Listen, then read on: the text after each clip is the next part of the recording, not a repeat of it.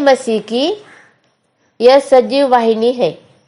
आपकी दैनिक प्रेरणा में आपका स्वागत है। आज का विषय है परमेश्वर मनुष्य से क्या चाहता है। मनुष्य तो परमेश्वर से बहुत कुछ चीजें चाहता है, सब आशीषों को मांगता है, सब आशीष चाहिए। हम लोग बीमारी से हमको छुटकारा चाहिए, हम लोगों की जो जरूरत है वो पूरी होना चाहिए। ऐसी कितनी बड़ी लिस्ट रहती है हमारी, परमेश्वर के पास से हम मांगते रहते हैं। लेकिन आज हम देखेंगे कि परमेश्वर मनुष्य से क्या चाहता है। हम पढ़ते हैं। आइए हम लोग वचन में से पढ़ेंगे। व्यवस्था विवरण 10 अध्याय 12 वचन। अब हे इज़राइल, तेरा परमेश्वर यहोवा तुझसे इसके सिवाय और क्या चाहता है कि तू अपने परमेश्वर यहोवा का भय माने और उसके सारे मार्गों पर चले, उससे प्रेम रखे और अपने पूरे मन और अपने सारे प्राण से उसकी सेवा करे। यहाँ पर हमने 4 बातें देखी। परमेश्वर हमसे क्या चाहता है। पहला तो है कि यहोवा का हमें भय मानना है, और दूसरा है उसके सारे मार्गों पर हमको चलना है,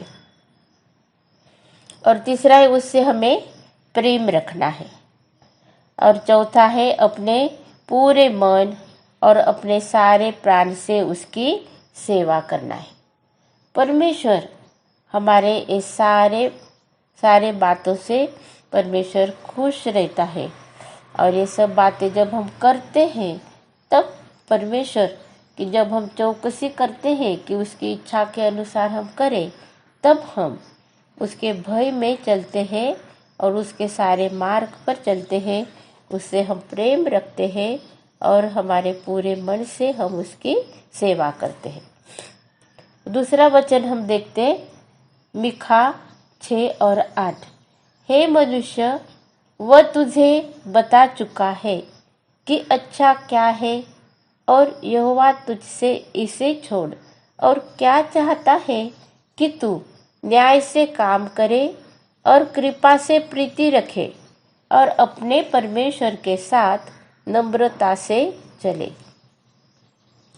ये जो वचन है मीका 6:8, ये पूरे हमारे बाइबल का जो पवित्र शास्त्र है उसका ये निचोड़ है, सार है। ये क्या है परमेश्वर का और हमारा रिश्ता किस प्रकार से है।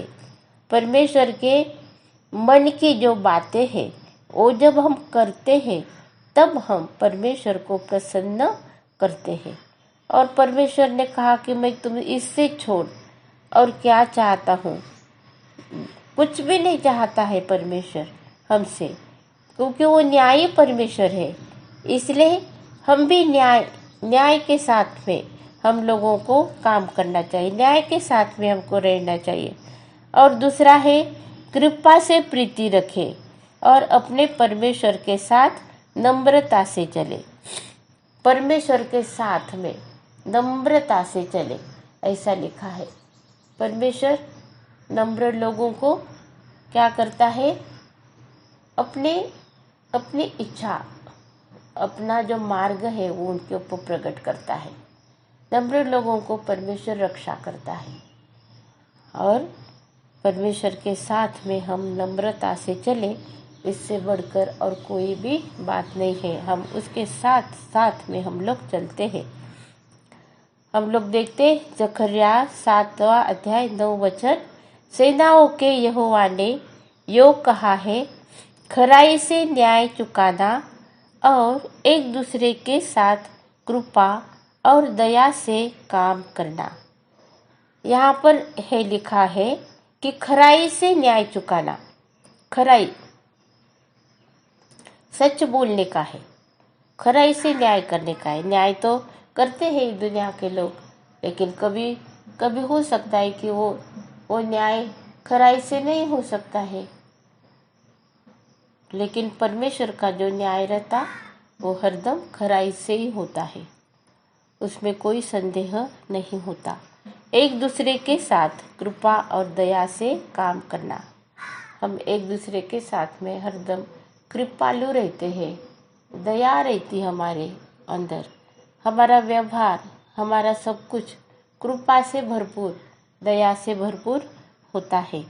अभी हम देखते जकरिया 8 और 16 वचन देखते, जो जो काम तुम्हें करना चाहिए वे ये है, एक दूसरे के साथ सत्य बोला करना, अपनी कचहरियों में सच्चाई का और मेल मिलाप की नीति का न्याय करना, और अपने अपने मन में एक दूसरे की हानि की कल्पना न करना, और झूठी शपथ से प्रीति न रखना, क्योंकि इन सब कामों से मैं घृणा करता हूँ। यहोवा की यही वाणी है। हमें मेल मिलाप से रहने का है। मेल मिलाप, परमेश्वर के साथ में हमको मेल मिलाप से रहना है। और हम देखते हैं मत्ती 19 और 17, उसने उससे कहा, तू मुझसे भलाई के विषय में क्यों पूछता है? भला तो एक ही है, पर यदि तू जीवन में प्रवेश करना चाहता है तो आज्ञाओं को माना कर। उसने उससे कहा, तू मुझसे भलाई के विषय में क्यों पूछता है?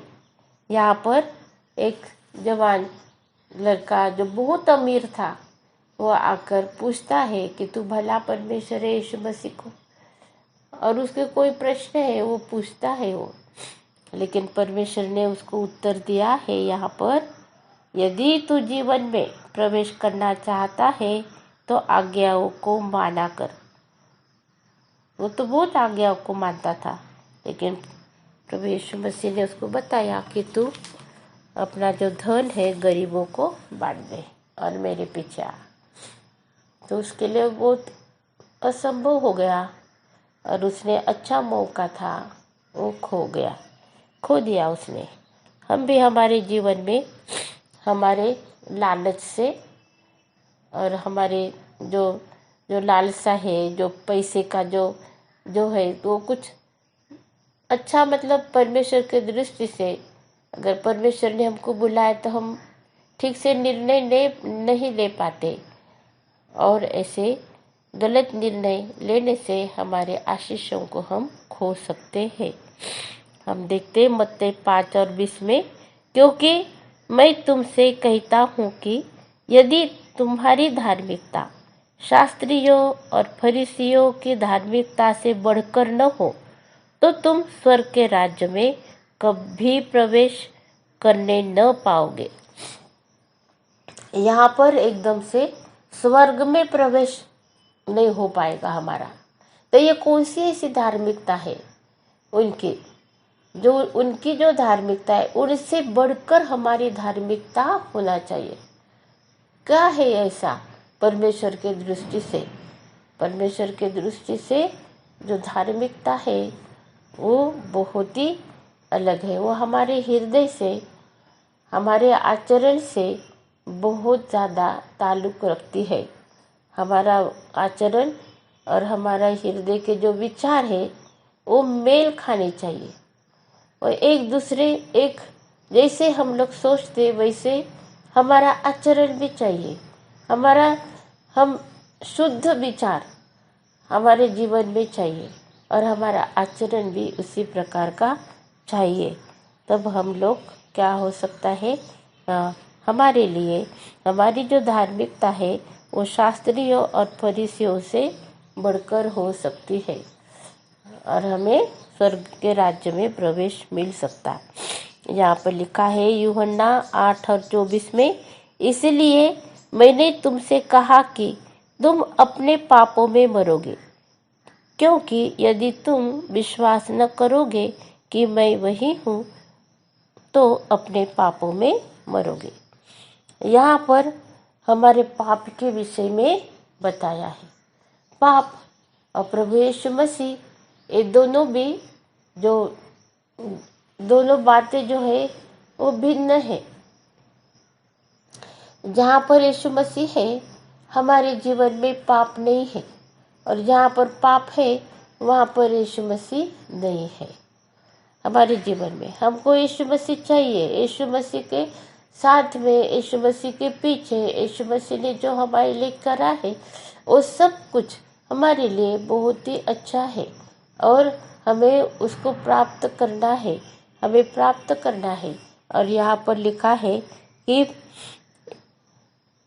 अपने अपने पापों में मरोगे। हमें जीवन देने के लिए आया पर प्रभु यीशु मसीह, जीवन देने के लिए। और यहाँ पर लिखा है कि तुम पाप में मरोगे। तो यीशु मसीह को ग्रहण करने से हमारे पाप जो है वो क्षमा होते हैं। पापों की क्षमा हमें प्रभु यीशु मसीह के द्वारा होती है, और हमें उद्धार मिलने के लिए प्रभु यीशु मसीह पर विश्वास करना है। जैसे हम प्रभु यीशु मसीह पर विश्वास करते हैं, हमारे पापों की जो क्षमा होती है, हमें नया मार्ग परमेश्वर हमारे जीवन में दिखाता है। हालेलुया, स्तुति हो, धन्यवाद। आइए हम प्रभु यीशु मसीह को हमारा उद्धारकर्ता, हमारा तारनारा और हम सब कुछ यीशु मसीह को हम देते हैं। उसके नाम की हम स्तुति और उसके नाम की हम प्रशंसा करते हैं। और यीशु मसीह की शांति आपके और मेरे हृदय में राज्य करे, क्योंकि प्रभु ने हमें चुना है, और जो भी कुछ हमें ठहराया है वो उसके इच्छा के अनुसार उसने हमें ये सेवकाई दी है। आइए हम यीशु को धन्यवाद देते हैं। हालेलुया, स्तुति, धन्यवाद। अब प्रभु यीशु मसीह का अनुग्रह और परमेश्वर का प्रेम और परमेश्वर पिता की सहभागिता हम सबके साथ और समस्त विश्व में विश्वासियों के साथ अब से लेकर अंत तक होती रहे। आमीन।